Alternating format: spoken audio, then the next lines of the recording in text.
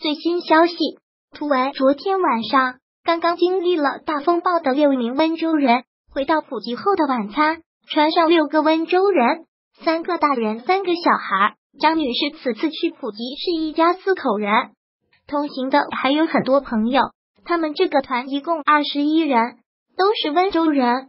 他们是本周一7月2日到的普吉。据张女士介绍，昨天他们的行程是早上6点从普吉出发，前往珊瑚岛、皇帝岛等小岛游玩。据悉，当天下午4点左右，他们船的游客正在当天的最后一个游玩岛皇帝岛上游玩，当时便发现天开始暗了。这个时候，他们船的导游便连忙叫他们上船回普吉。岛上还有好多游客，后来估算了下，我们大概就比他们早了半个小时吧。听到船上警报器响了，我感觉自己回不去了。据张女士描述，他们乘坐的是一艘大概容纳20-30人的帆船，上船后没多久，风浪便开始大了起来，船员们赶紧让游客都回到了船舱内。当船驶出风暴区域，船长拿出香槟庆祝。据张女士介绍，当天下午大约6点多，他们的船才渐渐驶离了风暴区域，海上的风浪也逐渐小了下来。听船员们说，这个时候已经接近普吉岛了。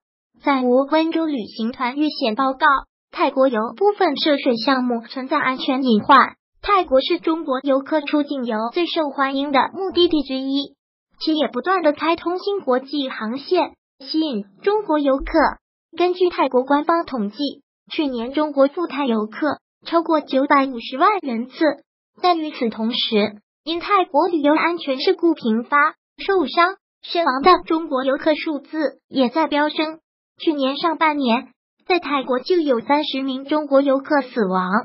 此外，在普吉海岸经历狂风暴雨的另一位温州游客林建亮表示，普吉的安全设施并不完善，游客没有收到任何来自泰国官方的预警信息。现在出海有没有风险？导游明确的告诉我们，不会存在危险。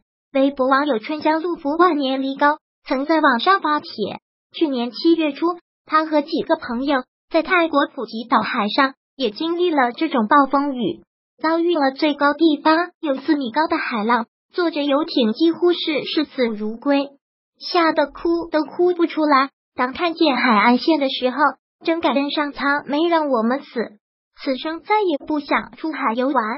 如果喜欢本视频，请分享并订阅本频道，访问 TT News 点 XYZ 获取更多相关资讯。